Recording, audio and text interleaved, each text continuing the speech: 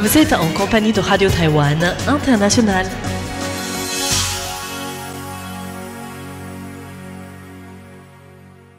Bonjour et bienvenue en compagnie du service français de Radio Taïwan International. C'est François-Xavier Boulet pour vous accueillir et vous présenter le programme de ce mardi 2 septembre. Tout d'abord, nous vous invitons à suivre le journal de l'information avec l'actualité taïwanaise présentée par Sasa, puis le décryptage de la rédaction dans lequel je reviendrai sur les 30 ans de la compagnie taïwanaise d'opéra de Pékin, Guoguang, et ses défis à venir. Vous retrouverez ensuite la revue Asie-Pacifique présentée par Lisa Dufaux qui s'intéresse à l'actualité régionale de la semaine. Et en fin de programme, sur notre site internet, Clément Tricot vous donne rendez-vous pour son émission La Ville en pratique avec aujourd'hui la présentation du futur musée des Beaux-Arts de Taichung confié à un grand architecte de renom international. Je ne vous en dis pas plus, tout est à découvrir dans le programme complet qui commence tout de suite avec le journal de l'information présenté par Sasa et dont voici les principaux titres. La participation de l'ancienne vice-présidente du Parlement taïwanais à la parade militaire de demain à Pékin pourrait enfreindre la loi. TSMC s'associe à l'Université technique de Munich pour créer un centre de recherche et développement sur les puces d'intelligence artificielle.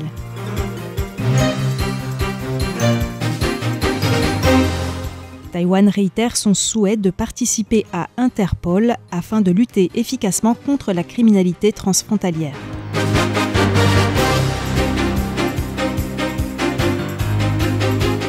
Taïwan lève l'obligation d'inspection de radioactivité pour les aliments provenant de la région de Fukushima. La participation de l'ancienne vice-présidente du Parlement à la parade militaire à Pékin pourrait contrevenir à la loi. Demain 3 septembre, le Parti communiste chinois organisera à Pékin une parade militaire à l'occasion du 80e anniversaire de la fin de la Seconde Guerre mondiale. En août dernier, le gouvernement taïwanais avait interdit aux fonctionnaires actifs et aux généraux à la retraite d'y participer. Le porte-parole du ministère des Affaires étrangères, Xia Guangwei, interrogé aujourd'hui par les médias sur la participation de citoyens taïwanais à ce défilé, a indiqué Le ministère des Affaires étrangères estime que tous ceux qui soutiennent et défendent la République de Chine-Taïwan doivent éviter d'envoyer des signaux erronés à la communauté internationale qui pourraient amener à mal comprendre la politique démocratique et la souveraineté de Taïwan. Ainsi, la participation de quiconque à des activités organisées par la Chine va non seulement à l'encontre de l'opinion publique taïwanaise, mais ne représente pas non plus la position de Taïwan et de son peuple tout entier. La diplomatie taïwanaise a réaffirmé que la République populaire de Chine n'avait jamais gouverné Taïwan et que la République de Chine-Taïwan et la République populaire de Chine ne sont pas subordonnées l'une à l'autre. Il s'agit non seulement d'un fait objectif, mais la République populaire de Chine n'a aucun droit de représenter Taïwan au sein de la communauté internationale, a souligné Xia Guangwei. Par ailleurs, Hong Xiuzhu, ancienne présidente du parti d'opposition, le Kuomintang, s'est rendue à Pékin hier en vue de participer à la parade militaire. Le vice-président de la commission ministérielle des affaires continentales, Shen Yaozhong, a déclaré à cet égard que Hong Xiuzhu, ayant précédemment occupé le poste de vice-présidente du Yuan législatif, la commission mènera une enquête afin de déterminer si ce voyage enfreint la loi et s'il implique une quelconque coopération avec le Parti communiste, le gouvernement chinois ou des organisations militaires. TSMC s'associe à l'Université technique de Munich pour créer un centre de recherche et développement sur les puces IA. Le gouvernement bavarois a annoncé hier un partenariat avec l'entreprise taïwanaise de semi-conducteurs TSMC pour la création d'un centre de recherche et développement sur les puces IA à l'Université technique de Munich. Ce centre vise à renforcer les capacités européennes de conception de puces et à former les talents allemands dans le domaine des semi-conducteurs. Le ministre bavarois de l'économie, Hubert Aiwanger, a expliqué que l'Europe était actuellement confrontée à une pénurie de talents spécialisés dans la conception de puces d'intelligence artificielle et que ce centre contribuera à combler ce manque de talents dans le secteur des semi-conducteurs en Allemagne. Le président Lai Ching-te accueille le président du Parlement des îles Tuvalu. Jacoba Taia Italeli, président du Parlement de Tuvalu, allié diplomatique de Taïwan dans le Pacifique, conduit actuellement une délégation à Taïwan. Recevant cette délégation aujourd'hui, le président Lai Ching-te a salué le soutien de Tuvalu à la participation de Taïwan dans les organisations internationales. Il a assuré que Taïwan continuerait d'inviter de jeunes Tuvaluans à étudier grâce à des programmes de bourse. Taïwan et Tuvalu continueront également de collaborer étroitement dans divers domaines, en particulier la lutte contre le changement climatique. De son côté, Ita Lely a exprimé sa gratitude envers Taïwan pour son aide à la poldérisation et à la construction de routes, au développement agricole et à des projets d'infrastructures tels que le câble du Pacifique central.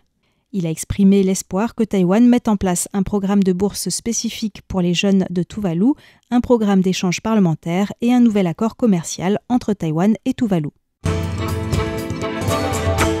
Taïwan réitère son souhait de participer à Interpol afin de lutter efficacement contre la criminalité transfrontalière. Un forum international de coopération policière sur la lutte contre la criminalité transfrontalière s'est ouvert aujourd'hui à Taipei. Ce forum est organisé pour répondre aux méthodes criminelles transfrontalières qui se sont diversifiées, allant de la fraude et du blanchiment d'argent à la traite des êtres humains ces dernières années. Dans son discours, le Premier ministre Cho Jong-tai a exprimé l'espoir que la communauté internationale soutienne la participation active de Taïwan à Interpol afin de rendre plus efficaces les enquêtes criminelles et le partage de renseignements. On écoute Ken Walker, président de l'Association internationale des chefs de police, lors de son discours.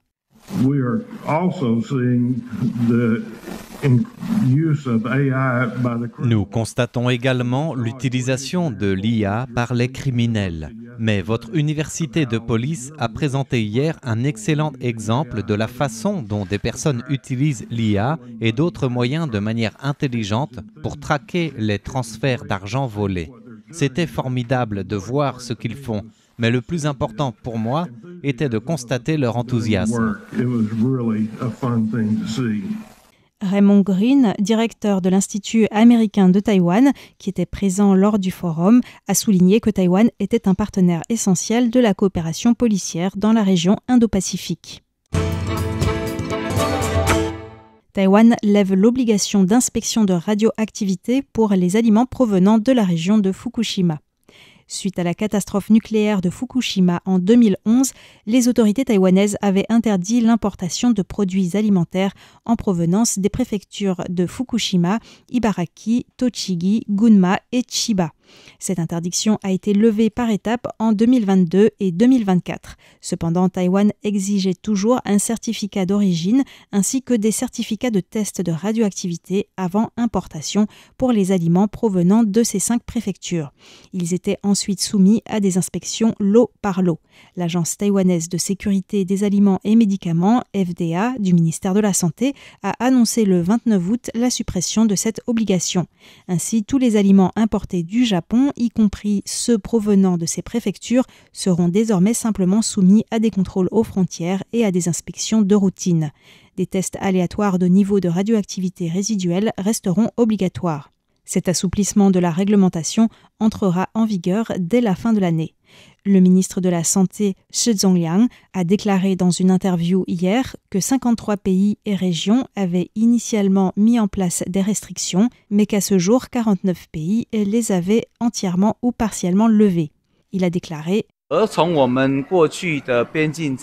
Nos précédentes inspections aux frontières ont porté sur plus de 260 000 lots de produits alimentaires, démontrant tous la sécurité de ces produits et un risque extrêmement faible pour la sécurité alimentaire. Par conséquent, je pense qu'il est temps de s'aligner à nouveau sur les pratiques internationales et de mettre en œuvre une gestion fondée sur des données scientifiques. »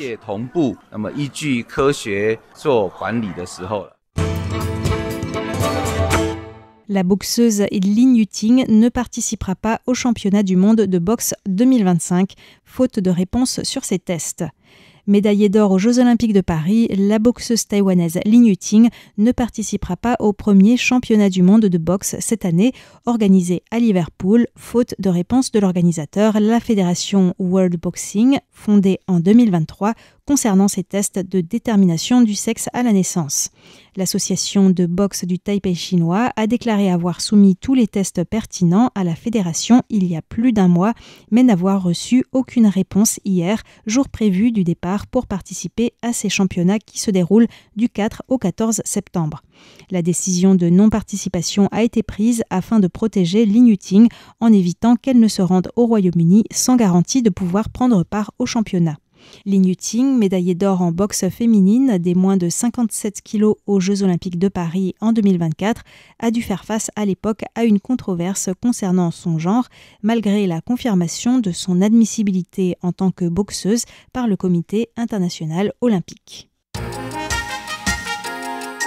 C'était le journal de l'actualité du mardi 2 septembre 2025 qui était présenté par Sasa. Je vous remercie de votre écoute et vous invite à rester en compagnie de Radio Taïwan International.